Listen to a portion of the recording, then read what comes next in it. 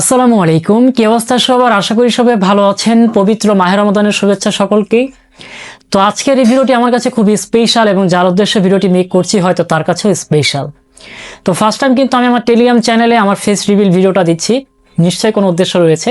সেই উদ্দেশ্যটা হচ্ছে যে আমি সেই ভাইটিকে থ্যাংক ইউ জানাতে চাই যে ভাইটি হচ্ছে আমাকে এই ওভারসাইজ কাস্টমাইজ যে ওভারসাইজ টি শার্টটি গিফট করেছে। তো দুদিন আগে হচ্ছে আমি আমার টেলিগ্রামে পোস্ট করেছিলাম যে আই উইশ কেউ আমাকে এরকম customization oversize T shirt gift করো। সো অনেকে কিন্তু কমেন্ট করেছিলেন, তাদের মধ্যে থেকে 2-3 জন অলরেডি আমাকে ইনবক্সও করেছিলেন। তো তাদের মধ্যে থেকে আমার যাকে ভালো লেগেছে আমি তারটাই নিয়েছি।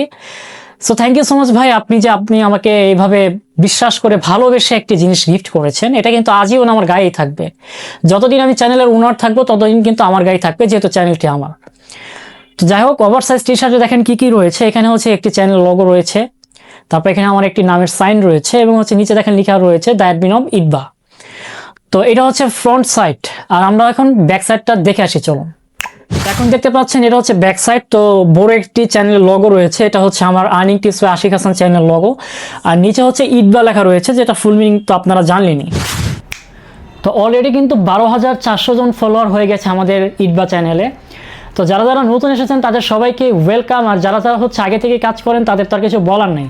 তো সবাই কিন্তু আমার দেখানো পথ অনুসরণ করবেন, আমার দেখানো কাজগুলো করার চেষ্টা করবেন, আর সবসময় আপডেট ফলো করার চেষ্টা করবেন। তাহলে ইনশাল্লাহ আপনারা কিন্তু কম বেশি ইনকাম করতে পারবেন ওই ভাইটের মতো।